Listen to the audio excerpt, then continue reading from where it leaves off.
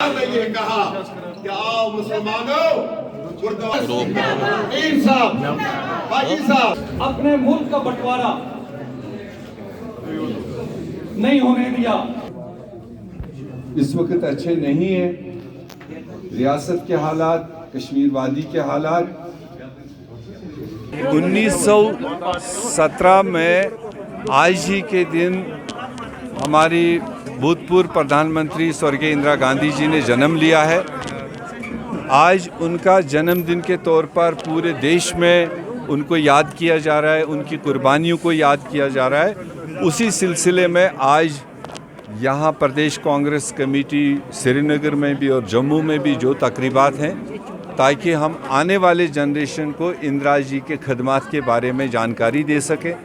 इंदिरा जी जितनी अपनी वक्त पर देश के लिए ज़रूरी थी, उतना ही उनका जो दिया हुआ इस देश को है वो आज भी देश में उतना ही ज़रूरी है। उनका नेतृत्व, उनकी कुर्बानियाँ आज भी देश को मजबूती देने का काम करता है। जैसे बताया कि अल्टीमेटली जो देश का अवाम है, जिसमें किसानों का एक बहुत बड़ा हिस्सा है, बहुत बड़ी आबादी है। हम बराबर पिछले 1.5 साल से कांग्रेस पार्टी, हमारे नेता राहुल गांधी, सोनिया गांधी सड़कों पर भी किसानों के इस हक में आए कि मोदी साहब को समझाने की कोशिश की कि जिस तरह से आप देश में कानून पास कर रहे हो और जिनके लिए कर रहे हो उनसे पूछे बगैर ये नहीं सोचते कि उनके हक में वो है या नहीं है।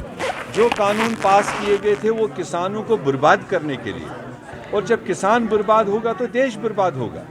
ऐसे में जब अब उत्तर प्रदेश में चुनाव है, वहाँ पर किसानों ने घेराबंदी कर ली भारतीय जनता पार्टी को। उनके मंत्री नहीं बाहर निकल पा रहे थे, उनके मिनिस्टर नहीं निकल पा रहे थे।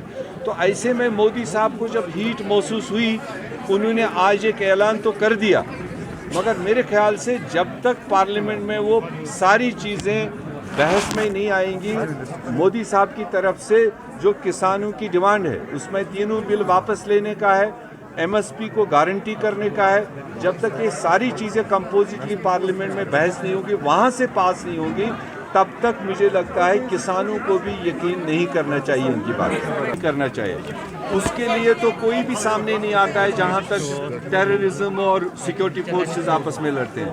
पर जब इस तरह के वाक़ात रोनुमा होते हैं कि जो विजिबली किसी भी ऐसी तंजीम या किसी भी ऐसी अस्करियत के साथ इन्वॉल्व नहीं है, उनके साथ इस तरह की डीलिंग नहीं होनी चाहिए जो सरकार ने पहले दिन से बताया।